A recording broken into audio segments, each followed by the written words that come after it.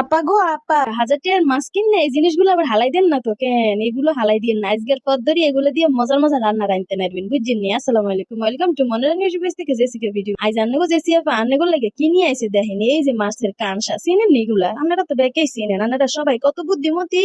এই যে দেখছেন এই কাঁসাগুলো কিন্তু আমরা ফালাই দিই কেন? আজকের পর ধরি আর ফালাইয়েন না, এগুলা যে কত মজার গো আপা, কত মজার। আপনি বুঝতেও হইতেন না যে এগুলা কত মজা, এগুলা যে কত টেস্টি ইয়াম্মি, যে খাইবো সে আপনার হাতের প্রেমে পড়ে যাবো, সরি আপনার হাতের রান্নার প্রেমে পড়ে যাবো, বুঝছেন? তো এইগুলারে আমি দেখছেন একারি প্রসেসিং করে লইছি, সুন্দর করে একারি ভালো করে পরিষ্কার টরিষ্কার করে লইছি, অনেকগুলারে রানবো, বুঝছেন?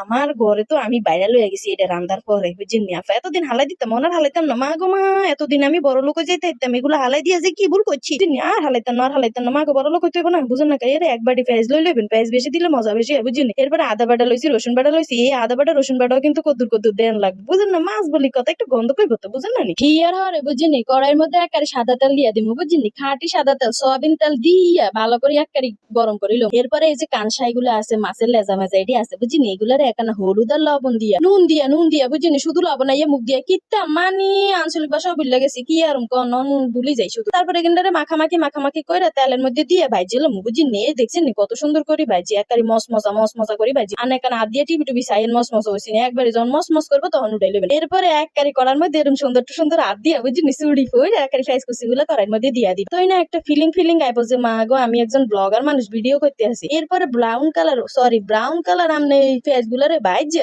আদা বাটা রসুন বাটা দিয়া দিবেন, বুঝছেন? দিয়ে একারি নাইরে সাইরে চাকানাকা করে একারি ভাইজে লইবেন, বুঝছেন? বাজনের হরে পরিমাণ মতো লবণ দিয়া, হলুদ দিয়া, মরিচ দিয়া, লগে আবার ফিশ মশলার গুঁড়া দিয়া ভালো করে এগুলো নাড়াচাড়া করে লইবেন, লইয়া এরপরে হানি দিয়া, বুঝছেন? একারি কষাই লইবেন, কষাই হানি না দিলে কি আর মশলা কষানি হয় কোন? একারি হানি যদি না দেন তাহলে মশলা কোন একারি হুড়ি যাবো, বুঝছেন? এরপরে এই যে ভাজি রাখছেন কাঁচা মাঞ্চা মাছটা আছে এগিন দিয়া দিবেন পাতিলের মধ্যে, দেনের হরে আবার এগুলারে একটু উল্টাইয়া ফাল্টাইয়া শীত করে কাইট করে নাইরা লইবেন, নারী এগুলারে আরেকখানা ভাজা করে লিবেন। লনের হরে বুঝিনি আবার এক বাড়ি ন 1.5 বাড়ি হানি দিয়া দিবেন, বুঝিনি? 1.5 বাড়ি হানি দিয়া এখানটা আবার ভালো করে কষাইবেন, কষানোর হরে যখন দেখবেন বুদবুদ করে একার উঠতে দিকে হুটকা উঠতে আছে, তখন আবার একটু নাড়াচাড়া করে দিবেন, নাইলে তো আবার হুড়ি যাবো নিচ দিয়ে, বুঝিনি? নাড়াচাড়া দেনের হরে যখন দেখবেন চাকার হয়ে গেছে, তখন এরকম এরকম একখান ফ্লেটের মধ্যে থালের মধ্যে লই লিবেন, বুঝিনি? থালের মধ্যে লইয়া এরপরে চামচ দিয়ে এরকম টেরাই করে দেখবেন যে মজা হয়েছে নি, লবণ হয়েছে নি, বুঝিনি? রান্না করে তো দেখে আপনারা তো মনে লোল পরে যাইতেছে সামনে গো, আপনারা তো কইবেন যে চিয়া পাগো কি দেখাইছেন অন্তা জিবে হারিয়ে গেছে কেন? এই যে দেখছেন নি, তারপরে ভাত